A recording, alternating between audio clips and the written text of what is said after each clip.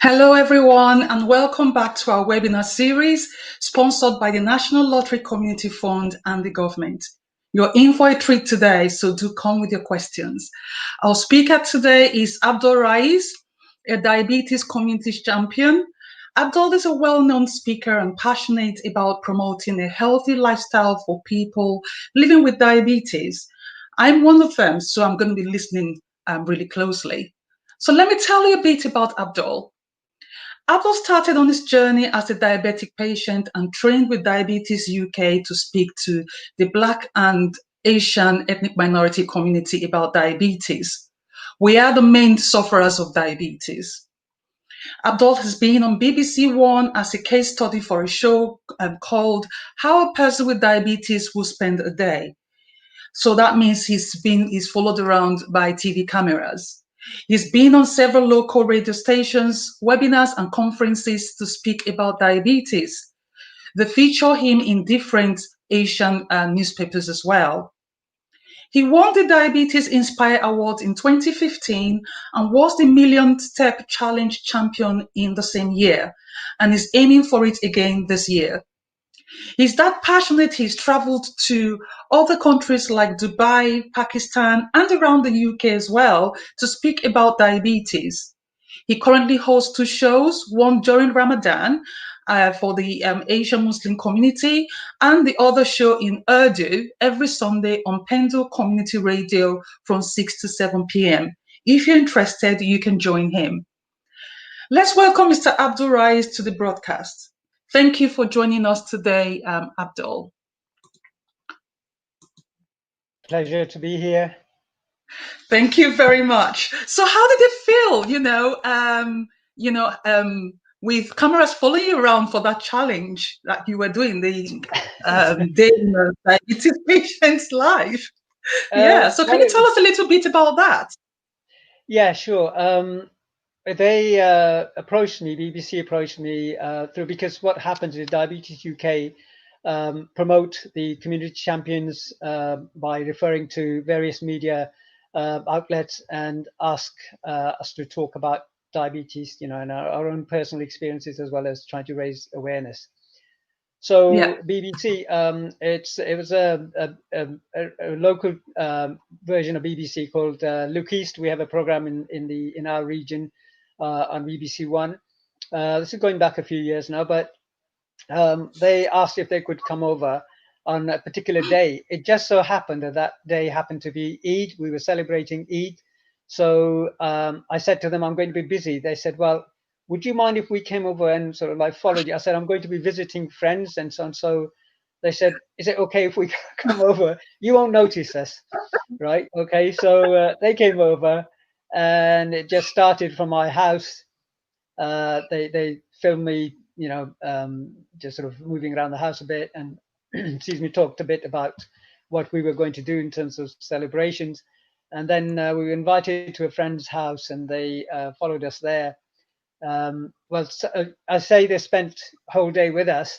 In fact, the actual viewing, as you know, how it works, I was only on TV for about 3 minutes. So, but yes. It was worth it, just to get the voice across. Oh, that's really good.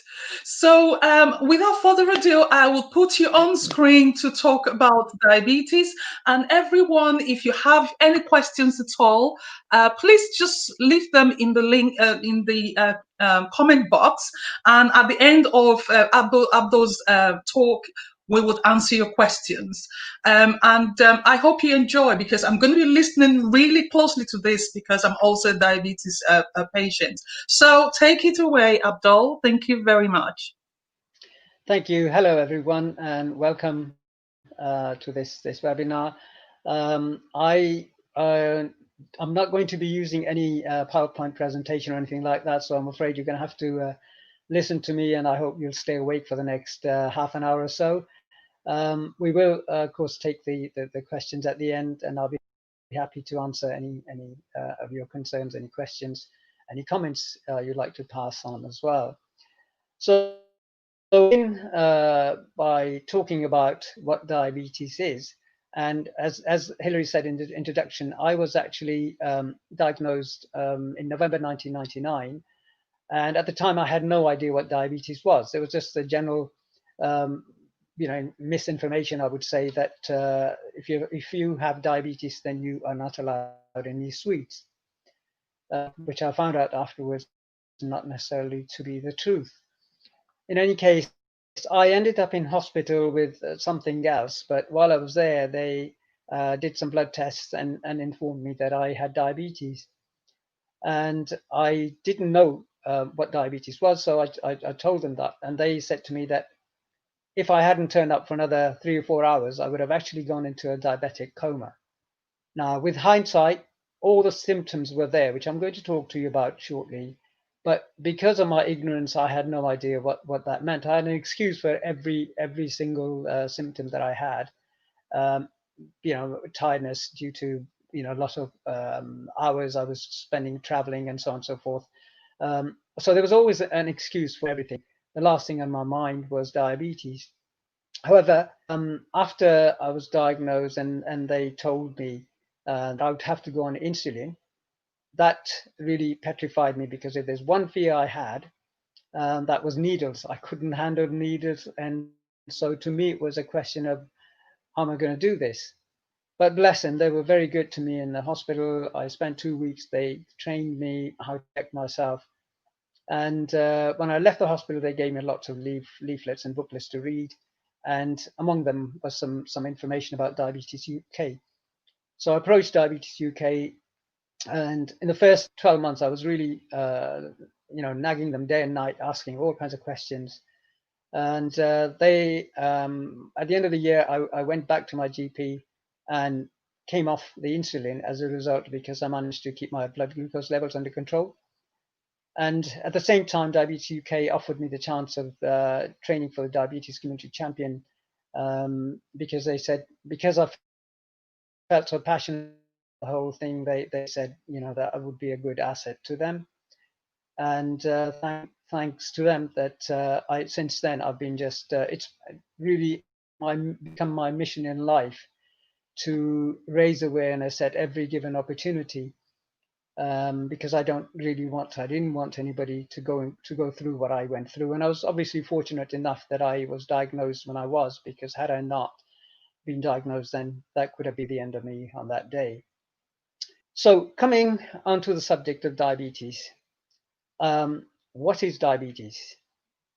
Well, in simple terms, it's when the blood glucose, what we commonly call sugar, and therefore we call it sugar disease in a lot of communities, when that sugar, that glucose, is too high in your bloodstream, that's when you're diagnosed as being someone with diabetes. Now, I nearly said the word diabetic. That's something else we try and encourage people to use, because diabetic somehow gives the impression like, it's some kind of addiction, like alcoholic or chocoholic or whatever. So stay away from that term. So I was diagnosed with diabetes. And so that's when blood glucose levels are too high, you are deemed to be someone with diabetes. I will go into detail a little bit later on as to why the blood glucose levels are high in your body. What is it that makes you someone with diabetes? Let's look at other things. For example, symptoms. There are a lot of symptoms that are sometimes, as it was in my case, you tend to associate them with other things rather than diabetes. So the symptoms are, you could suddenly lose weight. If you've got a lot of weight, you lose all of a sudden, and I'll that later on as well as why. You feel very, very thirsty, and you keep drinking, but you can't quench your thirst. The result of that is, because you've got so much water in your body, then you have to pass that water. So you keep going to the loo, you keep going to the toilet, and you keep passing water, and you're thirsty again. So you drink and drink and drink, and you just spend a lot of time passing that water. Again, I'll explain the reason shortly why that is the case. Also feel very, very lethargic. So your body is now tired or sleepy. You can become very irritable as well. So there's this sort of a change in personality. If you're a happy-go-lucky kind of person, this can change your personality to that extent that you become angry and upset. You can also it has an effect on the rest of your body. Your vision can go blurry, so that's another sign. Over a period of time, you're finding things getting more and more foggy, more and more blurry. You start losing sensation in your feet. So if it's a kind of feeling that, you know how we normally, when we put socks on and you touch your foot, it's that kind of feeling without the socks on. So sensitivity goes. It also can affect your sexual organs, and you can lose sensation. So why is that all that happening? Well, first of all, because the tiredness, as I said, the glucose is there in your body, lots of it, but it's going nowhere, because for the glucose itself is energy, that's it, and the body needs energy in order to function. So if that energy is not reaching your body, your organs, those organs then start to feel tired and won't function properly. So in the case of, let's say, your feet and loss of sensation, because it's your heart that's the pump that pumps the blood to your body, if that is not reaching your feet, the nerves in your feet, then those nerves begin to die over a period of time. And so the result is that you start getting less and less sensation. So if you get a cut or a bite in your feet, a scratch, you won't feel the pain. That's where the issue comes. Because you can't feel the pain, you don't do anything about it. You know, if it's something underneath your in your if something digs into your heel or the sole of your foot, you won't feel the pain. So that's the reason for that, for the issue on feet. And what happens with feet is then that you because you don't feel the pain, you don't notice what's gone on. That wound takes a lot longer. That's another symptom, is that the wounds will take longer to heal than with someone who doesn't have diabetes. And the reason for that is that because, again, too much sugar in your body that's being used can't reach the parts it should do. And the result is that the wounds will take a lot longer to heal. And in the meantime, there's a danger of infection. And in the case of your feet and toes, that infection can lead to gangrene. And at that time, it comes this thing about amputation of your toes or your feet or your legs. I'm sorry, I'm starting at a horrible stage, but it's something that has to be said, and just to make you aware of what can happen if your blood glucose levels are out of control. Now, coming upwards, if we then talk about, let's begin at the top then, your brain. Again, if it's everything, organs that are there are made up, so that's the tiniest thing that we can have, that a particle we can have to make a, so to your heart, your lungs, your liver, everything is tiny cells, millions of little cells. And it's each one of those cells that needs that glucose, that energy, to get into, to allow it to function. So what happens when over the period of time, you have a, when you consume something, the food we have, the drinks we have, everything goes into the stomach digests it, it churns it, it digests it, and the waste obviously goes out of your system, and the glucose is the end result of what you've eaten. So that glucose is then carried through your blood into your each cell in the body. And when you become diabetic, basically what happens is that in order for that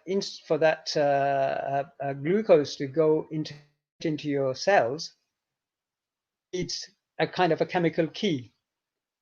So that chemical key is known as insulin. Insulin is a hormone that's produced by your pancreas. And so when we consume food and when it's digested and carried through, the glucose is carried through your blood, the pancreas then realizes that glucose supply is coming in now. You need to go and open the doors to each one of the cells in the body. And so pancreas produces insulin. Insulin goes in, that's the chemical key, unlocks the doors, and you get energy.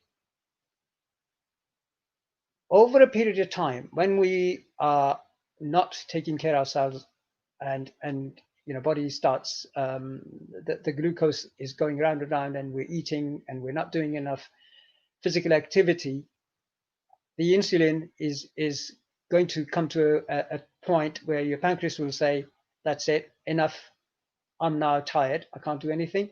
So not much insulin is going to come through. So when there isn't enough insulin being produced to the body, what happens is that the glucose can't get through. So it's there, you've got lots and lots of it, but it's going nowhere fast. So you're now deemed to be someone with diabetes. Now, I've talked about diabetes in general terms. There are lots of different types of diabetes, and everybody's diabetes is different to everybody else's. But we generally categorize it as type 1 and type 2. So type 1, the reasons why we have it are still unknown. The jury is still out. There are some theories about, for example, it could be a result of a shock. It could be a result of a virus or something that will mean that your pancreas is unable to produce an insulin. So that means zero insulin. No insulin is being produced anymore.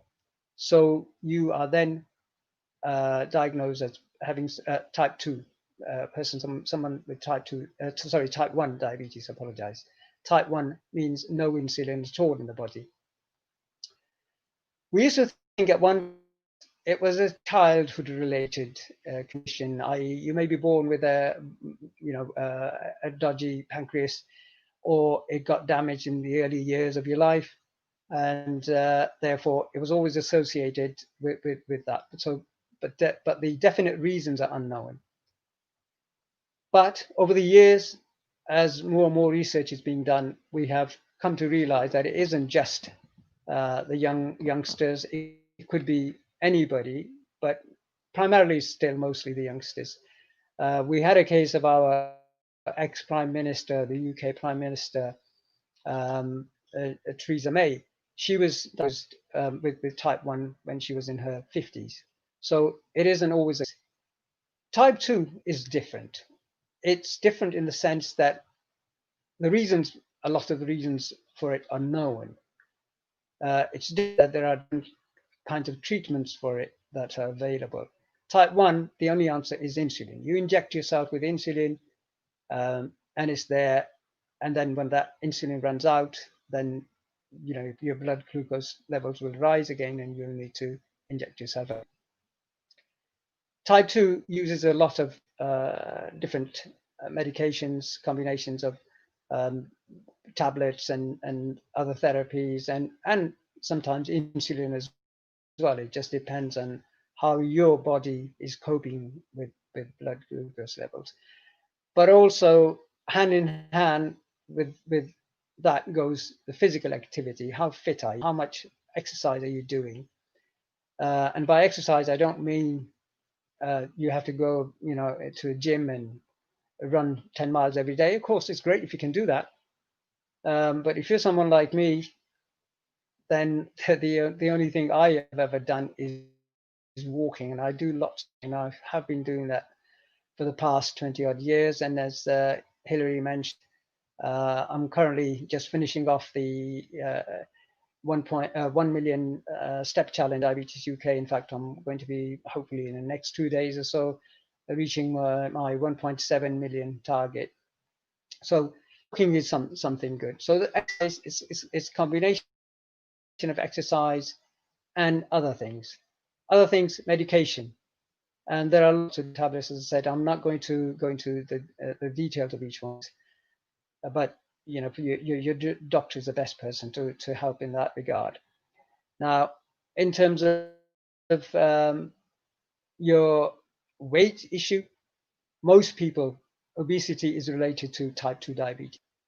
Sadly, in my case, that wasn't it. There are lots of reasons, as I said, obesity being one of them. If you're from the community, ethnic minorities community, you're at a high risk. In fact, something like 5 times greater risk of someone from the white community. Stress is another reason. Highly stressed person, as I was, still am to a certain extent, but that's another reason. So we need to, if you are from ethnic minority, if you are overweight, obese, then you need to do something. The alarm bells really ring. The sooner or later you could, you could get diabetes if you don't have it already. Now, have it. Let me tell you here and challenge anybody who wants to prove me wrong. There is no cure. You're going to get a lot of stories about I did this and I did that, and I, took 2 spoonfuls of olive oil or black seed oil or something, and 3, cloves or something, and I'm fine. If there was a cure, I'd be the first person to take that cure and get rid of diabetes from my body. All we have so far, there's a lot of research being done every day, and one would like to that the is around the corner. Until that happens, the best we can do is and keep blood glucose levels under control, because if we don't, then the damage is going to be on your organs. I mentioned eyes. I mentioned kidneys are something that we really need to worry about, probably more than anything else, because kidneys, the function of the kidneys is that they, when we eat and when that food is digested, it cleans. Your kidneys act like a filter. So the good proteins stay in, and the bad proteins are released through waste. And so if the kidneys, the same principle follows. If those cells can't be opened by your insulin, then kidneys are going to start getting damaged. And kidneys, we know that we have the kidney disease can be diagnosed either through blood test or through urine test. But that's another a condition, another disease, kidney disease, that's more common within the BME community. For that reason, for diabetes as well as a high blood pressure, that's another thing that can actually damage your kidneys as well. So it's important to keep your blood glucose and your blood pressure under control. The third angle of this triangle is your cholesterol levels. Again, crucial to keep your cholesterol levels within limit as well. The combination of these 3, if they're too high, is absolutely lethal. So you run a risk of heart attack, you run a risk of strokes, you run a risk of eye hemorrhage, you run a risk of brain hemorrhage, and these risks, the risk of heart attack and of stroke, is 5 times greater again within the BME community compared to the white community. The risk of type 2 diabetes, that in a healthy say 40-year-old white male or white, that same risk is there for a 25-year-old person from the ethnic minorities. So you can imagine how much greater risk we, the non-whites, have. Part of that reason is the genetics. It's in our genes. So we run a high risk. And when I said at the beginning, who's at risk? Well, in theory, everybody is. It's like anything else. It's who's at risk of cancer. It's not just those people who smoke who will get lung cancer. Anybody can. The idea is trying to reduce that risk. So if somebody's a smoker, if they give up smoking, they are reducing that risk. Similarly, somebody with diabetes, if they want to reduce diabetes, then there's 3 or 4 things. You can't do anything about your ethnicity. You are who you are. You know, you didn't parents or grandparents or anybody else. You're born into it. But because you're born into that community, you know your risk is high unless you do something about it. So the other things you can do is ensure your weight remains within the healthy limit, within your BMI. And anybody who doesn't know what BMI is it's body mass, and you can calculate it. It's based on your height and your weight. On Google, there are lots of calculators which will give you what your body mass index is if you give your height and your weight. And basically, for as long as you're between, the calculation is that you should be above 19 but below 25. If you're below 19, then you're underweight. You need to do something about your weight. If you're above 25, then you are clinically classed as obese. Now, it may not necessarily, looking at somebody, it may not necessarily be obvious that they come in the obese category. We used to, years ago, like with everything else, we had this image. Somebody who's obese is absolutely huge, That's not necessarily the case. It's you, the individual person, that matters. So it's your diabetes, it's your body, it's your BMI.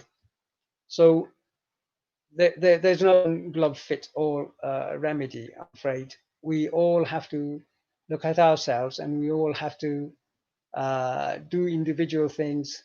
But general rule is, in terms of food and healthy food and physical activity, we need to concentrate on those and just try and lead a healthy lifestyle, and thereby, hopefully, you're reducing the risk. Now, we talked about the brain, the eyes, the kidneys, and we talked about feet. There's also the impact of diabetes is on, as I said, everything. Liver. Over time, liver acts as a storage for storing extra glucose, extra in your body. And what happens is when you're not eating, like when you're overnight, when you're sleeping, body goes into a fast mode 8 hours after eating. So then it starts looking for some glucose from within the body, and that's when your liver starts throwing in that energy, that glucose. And you need that energy to breathe, even though you're in bed. You need that energy to turn over, to scratch, whatever, everything. You need energy. That's what your liver would do. But again, if you're overfilling it with everything else, and like everything else, it's going to start leaking. So it's overspilled, it then starts leaking. So your liver is now not in control, and it can't release glucose when it's required. It's just going to start releasing all the time. Now you got extra glucose to cope with. And the same scenario, your pancreas is not working properly, and so not producing enough insulin, and your liver it's being damaged, it's leaking now. So again, we end up with these, you'd end up on dialysis after a period of time when there's damage so badly. With liver, if it's damaged, the only answer is liver transplant. And we know within the, in these things, you need a match of your own ethnic background, and that's not always easy. So the short story is really that we have to take responsibility for our own body. And the cases, I don't want to frighten anybody by giving you the figures, but you can again look them up for yourselves if you desire. But they're going up and up and up all the time. And without a cure in sight, it's not a good sign. It's a burden in the UK on the National Health Service. And I'm sure it's a burden worldwide on wherever you're listening to or watching this webinar. The Western world, the developed countries, they have enough money to put into the healthcare, but despite that, it isn't enough. And in the developing countries, it's even more difficult. So, they say prevention is better than cure. So perhaps if we concentrate more on trying to prevent, or at the very least to reduce the risk of diabetes, then we hopefully wouldn't need to worry too much about it later on. Now, diabetes can also occur later on in life. So it's an age-related thing as well. So even if you've got no history in the family, even if you're not a stressed person, you're a relaxed person, as you grow older, you run a high risk of getting diabetes, type 2 diabetes, that is. Oh, let me just clarify this, that of all the people with diabetes in the world, about 10% have type 1 diabetes, and the rest of the 90% are all type 2. So we, just like I said before, we need to concentrate on our diet. And everybody knows, I'm not going to sit here and give you a lecture about your food, but common sense, everybody knows that the less we eat, the better off we are. Always leave a little bit of your stomach feeling a little bit hungry, because the stomach, people say your brains, you're clever, you've got brains. Actually, brain is not the cleverest of all your components in your body, of your organs. It's your stomach. And I'll tell you why. The more you put in it, the more you eat, the greedier it starts expanding, and then it wants more food, and then it wants more food, and so it carries on. The weight time. But on the other hand, if you say, right, okay, I'm feeling a bit hungry, but I can survive. I'm fine. I'm not going to eat. I'm not going to start snacking between meals. I'm going to start eating, packets of crisps and a whole load of sweet stuff and so on. It'll complain for a few days. You'll hear the rumbling and so on, but it'll survive because it's very clever. It realizes that I ain't getting any more, so it's going to shrinking, and that's what you want. Try and shrink your stomach so that it doesn't demand too much food and doesn't, it doesn't. Your body doesn't end up with a lot of fat. So healthy eating. A lot of BAME food is actually carbohydrate. Whether you're talking about chapatis, whether you're talking about rice and other things, these are complex carbohydrates. They're good for you, absolutely necessary, because they are digested slowly, and therefore stay longer in your body, and therefore the glucose that is developed is developed slowly. However, if you end up eating huge amounts of carbohydrates, complex hydrates, you're going to end up with your stomach churning the food out for a lot longer, and your insulin your pancreas will work harder to, over a longer period of time, and we get back to that same scenario that insulin one day your pancreas says, right, enough now, and so you don't get insulin anymore, or you get it in smaller quantities. In the meantime, because you put on a lot of weight, your body becomes resistant to insulin. So even if you're putting in a lot of insulin, it's not being accepted. It's not being used. So either way, you're losing out. Another reason for trying to keep your weight down. And as I said, there's no magic formula, but a common sense approach. Eat in smaller portions and do physical activity. Being sedentary is the worst you can do. On a sofa for 3-4 hours continuously watching TV, listening to music, whatever, that's not good. If you develop a habit, for me, actually, I'm doing this for about an hour, but that's going to be the longest, the maximum I can sit still in one position. I have to move around. And it becomes a way of life. It becomes a priority. And for me, it's like an addiction. If I don't go out and do my walk, I feel depressed. I feel like I'm missing something. And sometimes, when you're not feeling too good to yourself, fever or whatever, or if the weather's so bad, and everybody who knows UK weather knows how awful it can be at times. But it's easy to, excuse yourself. I won't bother today. I'll do it tomorrow. But if you make the effort, you get out there, you're going to be fine. But I think we're coming sort of like almost half an hour's gone. Gosh. What I'm going to say is just finally that this message about COVID-19, we know there's lockdown going on throughout the world. In particular, in the UK, we've got different parts of the country being locked down. Please observe those. Please do the social distancing. Please use your common sense when going into the shops with masks, staying 2 meter apart from everybody. Because if you are diabetic, see, I've used that term that I said we shouldn't. If you have diabetes, then it's that much more dangerous. So we need to use common sense at that. Close this right for the moment, and just ask Hilary if she wouldn't mind playing.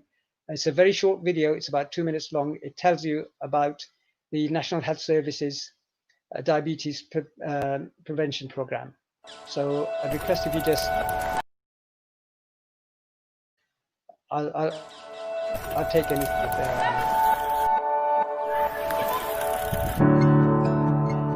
Type 2 diabetes is one of the biggest healthcare challenges we are facing today within the NHS. 2 million people within England are at risk, which is why prevention is so important today. I thought I might be high risk. My dad had diabetes, my age, my ethnicity. I didn't really live a healthy lifestyle. So I answered a few questions online, and no surprise, I was high risk. I signed up to the program there and then. It was quick, easy, and free. We're back! If I'm honest, I thought I'd slip back into my old ways, but it's great support. And really, it's been no problem to take on board their suggestions. A bit of exercise, healthier eating, makes such a difference. Don't cover it in mayonnaise. I used the digital version. Let's see this week's advice. Read the food labels while out shopping and try a 45-minute walk. Not much of a chore, is it? Maybe, mate. Looking good. Who, me? I'm halfway through the course. The only downside is I have to buy new clothes. I joined an online group with other people on the programme, and plus there's a friendly coach who guides the sessions. Pomegranate seeds. Oh, I didn't have any of them, I just put avocado in mine. We all help each other. It's been good. For all of us. We all have an important role to play in type 2 diabetes prevention. The Healthier You NHS Diabetes Prevention Programme is a great thing that we can offer our patients. I didn't believe such small changes could have such a dramatic effect on my health. I can honestly say it has changed my life. Maybe saved it.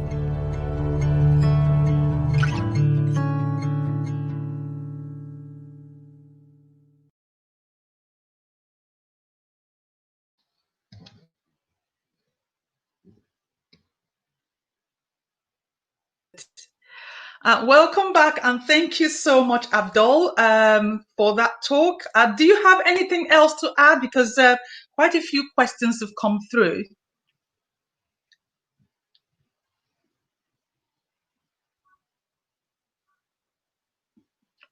Hello, Abdul, can you hear me?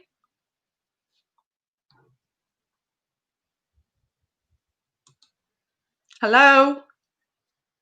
Abdul, can you hear me? Can you hear me? Hi, okay, can you hear me? I can't hear you. I think you're on mute.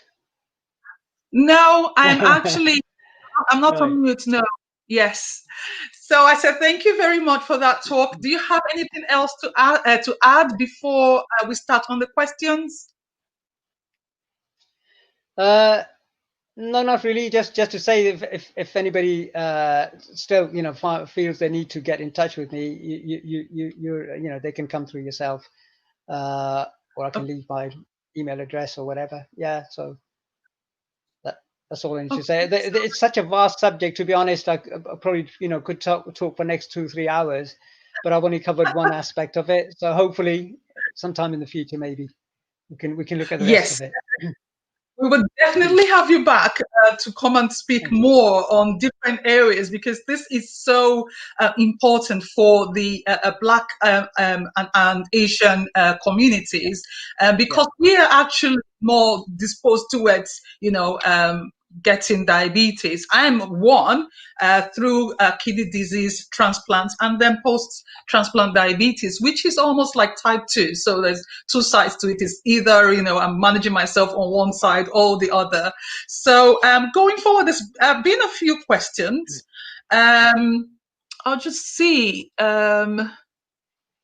Okay, so those are comments. I'll put them up later. This first question that came through says, I have type 2 diabetes. Is it safe to drink any alcohol? Well, as someone who doesn't drink himself, I would say it's probably better not to drink at all. But yeah, alcohol. Remember, alcohol is sugar. Remember, Yes. it's sugar. So the risk is the same as, for example, if somebody's taking, drinking a whole can of Coke or whatever, a cola that it contains sugar. So Yes. you're running a risk. So if you have to drink, if you are drinking, probably in smaller portions. Again, like I say about anything else, in moderation. Yes. Yeah. Okay. And this next question is, I'm Black African, 35 years old. Should I have a test for diabetes? Well, what I would say again is, if you look at the history, if you look at your family history, if somebody in your family, your parents, grandparents, anybody, or a sibling has it, then you automatically get into that high risk category. If you're, sorry, does this person say anything about their build? Are they slim build or not? I don't know. But if you weight, okay, so yeah, so if weight is an issue, you are in a high risk category. So as in that situation, I would advise at least an annual check. So once a year, get yourself tested for diabetes, because the earlier you are diagnosed, the better. Because by the time the symptoms that I mentioned, they come about, you've already had diabetes for maybe 7, 8, even up to 10 years before these symptoms come out. Okay, so and the only way of telling in early days is by having diabetes a test, glucose test. So I would suggest, if you haven't got the symptoms, but if there is a family history or if you've got a weight issue, then by all means, yeah, once a year should be sufficient. Okay. Is fasting safe in type 2 diabetes? So that is intermittent fasting to lose weight. Yeah, fasting, there are different definitions of fasting, what it means to different people. I mean, taking a religious side, if a Muslim is fasting, they'll be nil by mouth. So it means from dawn to dusk, nothing, you don't eat anything, you don't drink anything. So that's a different kind of fasting. There are other, I mean, Lent is also sometimes called fasting, which means I won't have salt all day today. So it's different kind. But if you're fasting by mouth, for a long period of time, if you got to be aware of because as I said, it depends on what medication you're on. Certain tablets, certain medication would cause you a hypo. Now, I didn't touch hypo. It's for hypoglycemia, which means low sugar. So your sugar levels will drop. So with some medications that can happen. Insulin definitely will happen. So Okay. if you, like I said, your body goes into a fasting mode 8 hours after eating. So if you've not had any food in between, or if you didn't have enough to start off with, you run a risk of your blood glucose dropping. What I would suggest is go and talk to your doctor and tell them the medicine you're taking and say, is this going to cause me an issue? And then make a decision, an informed decision. Okay. It's difficult for me to sort of, without knowing the person's medical history, to sort of advise, but general rule, yeah. Okay. And the next question, you mentioned I can eat sweets. How do you eat cakes and sweets with diabetes? Right. Okay. Remember, I just mentioned hypoglycemia, hypo. So will your blood glucose drop? Then you're going to need to have something sweet immediately, because you need carbohydrates and so on. Although everything turns into glucose, they take a lot longer. Yeah. So you'll have to have a can of Coke or Pepsi or whatever, or some sugar in milk and something that will go into your system immediately. So if you've got a cake handy, great, have it at that time. But you can eat cakes and sweets on other occasions, but you have to balance it against what the rest of your diet is. So if you're going to have a plate full of rice and then say, oh, I'm going to have a big piece of cake after that, no, not a good idea. And then what are you going to do after that? Once you've eaten that, are you just going to lie down on the sofa and go to sleep? Or are you going to say, no, I'm going to go out for an hour? So it's in moderation and smaller amounts is what I would suggest. Okay. Can kidney disease lead to diabetes? Gosh, that's a tough one. I can't categorically tell you, but I would guess that no, it's diabetes isn't about kidney disease. It's not about kidneys. Diabetes is about too much sugar in your body, too much glucose in your body, right? So which isn't being used.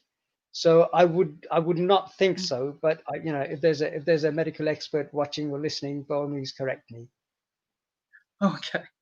How can I judge a healthy takeaway or restaurant meal? The one that isn't, dripping with fat, first of all. Oh gosh, I think I would think that's wishful thinking, to be honest. If you're going to a takeaway, you're not going for a healthy meal. Come on, let's be honest about this. If you want to go for a healthy meal, you need to cook at home.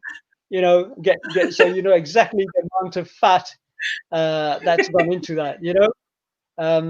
So I don't go to a vegetarian restaurant that does lentils or something. But you may not enjoy the takeaway there. Okay, so the next question is someone who was put on insulin, can the person taper off or stop the use totally? Well, as I said, in my early days, they put me on insulin immediately, and what made me come off it was, they also said to me that once you go on insulin, you can't come off it because tablets won't work and so on and so forth.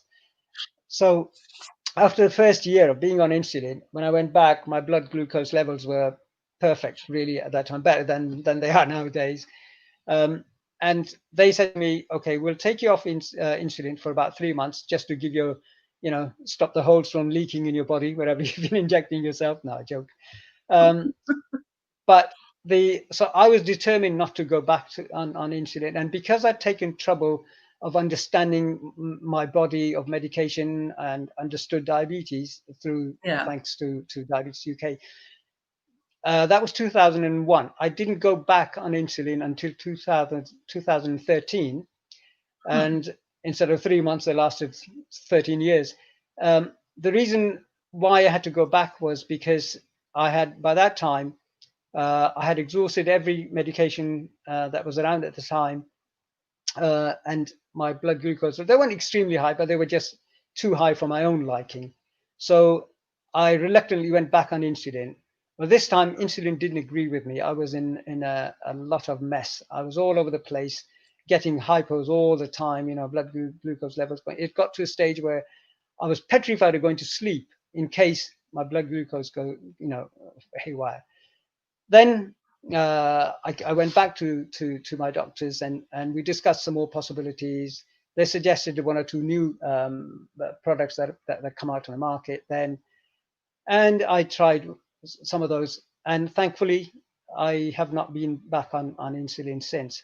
So to answer your question, yes, it is possible, but you have to work damn hard at it. You've got to watch your diet all the time. You've got to do a lot of physical activity to keep yourself, to burn off that excess sugar, and you really can't be complacent. And you've got to be taking the right drug that suits you. Everybody is different, and so there's one drug might work on one person, not on the other. So you need to consult your doctor.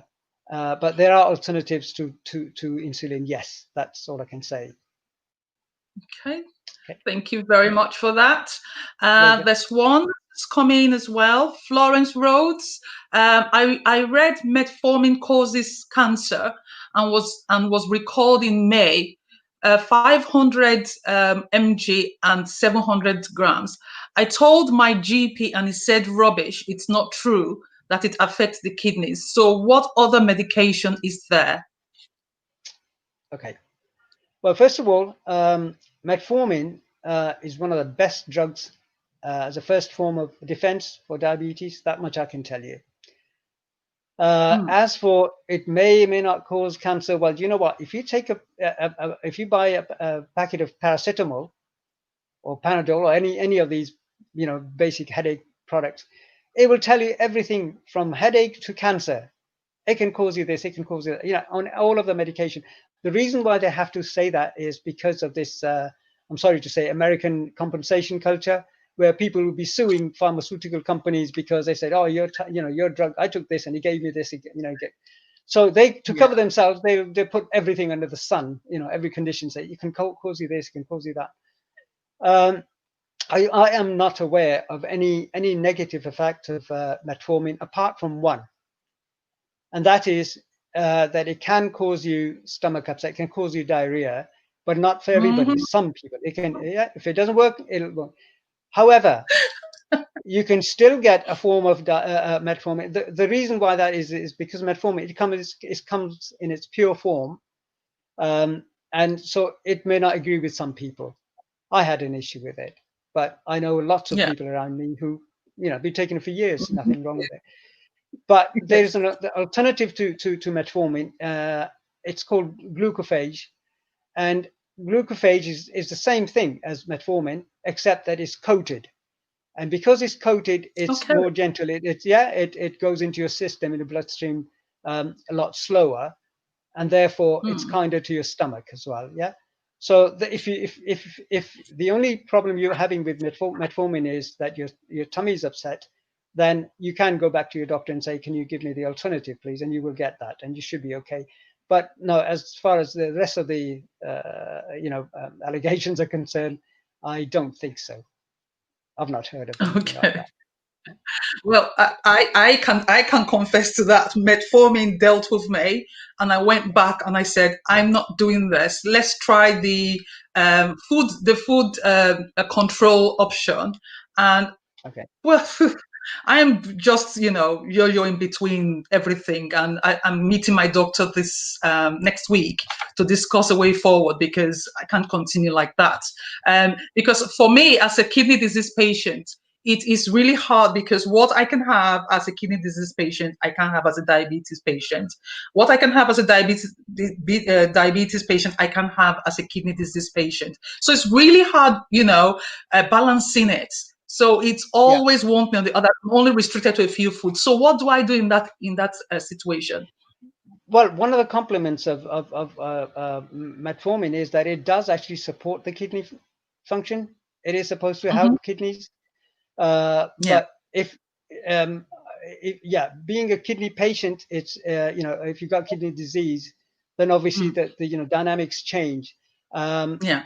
Again, not knowing your full history, it's very difficult for me to advise. And my suggestion again would be, yes, see the specialist. Yes. Let them, because they know who you are exactly. They got all your background, and they should be able to hopefully help you. Yeah. But if not, you can always go back on Diabetes UK. You can go to Diabetes UK helpline and have a good moan, and they should be able to redirect you somewhere else. Oh yes. Oh yes, definitely. So, how effective is Galvosmet? I don't even know what that is. Is that something for? Do you know what it is? I have no idea. I'm assuming it's I've got like... no idea.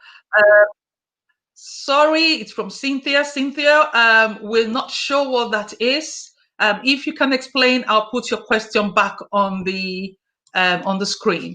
So moving on to the other questions. I am newly diagnosed diabetic type 2, but I'm not overweight. Should I still lose weight?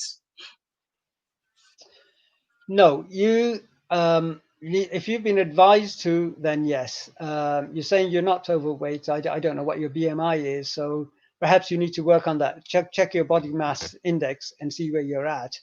And if you find it's above 25, then you are overweight. But again, it's hard to, it's not compulsory to lose weight, because if you look at me, I have type 2 diabetes and I'm just 8 stone and I'm a skinny so-and-so. I struggle to put on weight. And when I do put on weight, then obviously my blood glucose levels go up. So it's, that fine balance that I have to, try and maintain, which isn't easy. So. Abdul, how can you struggle to put on weight when you're doing 1 million steps? That is no, but I was no. Well, 1 million steps, believe it or not, has helped me gain some weight. Not huge amounts, just about a couple of kilos, but it's helped me gain it because I'm burning off. So I'm eating a lot more now without having to worry about my blood glucose levels going up. So, but long before the 1 million steps, I was still doing my walks and everything, but I was eating very little to try and keep my blood glucose levels low. And the result of that was that then, I almost hit the bottom. Well, I did hit the bottom end of my scale, BMI scale. So, yeah. Well, we've had quite a few replies to that first question. How effective is Galvosmet? And she goes on to say it's on high blood sugar. She says, and Kados says is Galvosmet is Vildagliptin. And Cynthia comes back and says a medication used for high blood sugar control. Do you know anything about that? Well, if it's along the lines of gliptin, so there's sitagliptin as well, and okay, if it's one of those, now I don't know. Is this a UK product? I don't know. I've not heard of it. So well, I've just got something else. Comment. I've just got another comment that says Galvosmet combines metformin and vildagliptin. It says a gliptin. Well, okay. No, gliptin it's like it can be anything. It could be sitagliptin or any other gliptins. That's fine. Sorry, I've forgotten what the question was now. Okay, so she said that's a question I've got of how effective is Galvosmet? That's a difficult one. They do a lot of combinations of medications now as well. I'm on actually one that's a combination of metformin and something else called dapagliflozin. They do combination, but I don't know this particular product, so I wouldn't want to comment. And also, when you say how effective, something might be good, it might have good effect on one person, not on the other. So again, it's difficult to advise and say, yeah, it's excellent, or no, it's rubbish. If it's working for you, carry on with it. If it's not, then please go back to your doctor. And okay, somebody's I think put the answer there. Have they? Yes, that's Kados. Yeah. Yes. Yeah. Okay, so there you go. Okay, so the next question says, does fat consumption matter in diabetes? fat consumption matters, big deal. Yeah, big time. Because if you're eating lots of fatty food, it's going to have an impact on your body. It's going to, you will put on weight with it, and therefore not advisable to have a huge amount of fatty food. It's going to have effect on your body, on your heart as well, and on your cholesterol, and so on and so forth. So healthy eating is what we promote. Okay. Going back to that question, Abdul just come back, and so it says vidaglipine is a relatively recently approved oral treatment for people with type 2 diabetes. Galvus is often taken in conjunction with other anti-diabetes medication such as metformin, sulfonylureas, and trizolidine. I cannot pronounce them. I'm sorry, I'm not a doctor, so I don't know. I don't think he can either, and I can say it because I know who he is. He's my little cousin, bless him. Yeah, he's probably taken it off the internet as well. But there you go. Thank you. Yeah. Bless him. So he's gone up to Diabetes UK, which is really that's the best website Absolutely, to absolutely. go. Well done, that man. Yeah. So we have just about 3 more to go. Can I eat fruits with diabetes? I'm worried about sugar content. Yes, you can eat fruit, but remember, yeah, you're right to worry about sugar contents. It's not the same sugar as cane sugar, of course. It's fructose, and it's less effective compared to normal sugar. So you can eat fruit, but it depends on how and what you're eating. For example, if you eat an apple, eat it with the skin rather than without skin, because it's a roughage. It'll take longer to digest, and therefore you wouldn't have the immediate impact. If you're having an orange, eat it with the what's the word? Rather than squeezing juice out of it, just eat it as a whole orange. It's far better for you, again, from digestion point of view. With the juices, fruit juices, I think it's a false sense of security. People think I can have fruit juices. Fruit is healthy. Well, actually, if you think about it, if you have a glass of orange juice, pure juice, how many oranges have gone into that? And it's juice, right? So the body doesn't have to do any work. It goes in and it's straight into your bloodstream. If you have a whole orange, that would probably be less than a quarter of what went into that whole glass of juice. It will take long to digest, and it'll be more filling for you. So you can eat fruit, but again, think about, balance it against how much you're having compared to what else you've had before and after that. Okay. And second to the last question, penultimate. If I control my blood sugar properly, can I come off all medication at some point? I have type 2 diabetes. Well, yes, because it's all about blood glucose control, right? So whatever helps you control your glucose. If, for example, if somebody's, if somebody is on insulin or on tablets or whatever, and they think, if I lose weight and if I'm more active, then my blood glucose levels are under control. Well, I don't need to take the tablets. So yes, it is possible. However, in reality, what happens is, that's why I mentioned the earlier you're diagnosed, the better, because you can start controlling straight away. Once a lot of damage has been done, then you're on tablets and you're on insulin or whatever. Now, there is a talk about pre-diabetes and remission and so on. So in that sense, you could put it into remission by not taking tablets, if you're taking the right exercise and right amount of food, or if you're taking a particular kind of food. But it's in remission only for as long as you're doing that. Once you start going back, and then it will come back. So that's the only thing. So if you're happy to live for the rest of your life based on what you're planning to do now, by all means, that's fine. But if you're like me and sort of think, no, I need to have a little bit sweet, then it's it's a trade-off. So this is the last question. Is there a type of insulin that does not need injection? There was an experiment a few years back when they tried to, it was like the kind of pump that inhalers that the people with asthma use. That experiment, it sort of like fizzled out very quickly because it was actually going into your throat and your tongue and not actually going to your bloodstream straight away. Not that I am aware of, in terms of.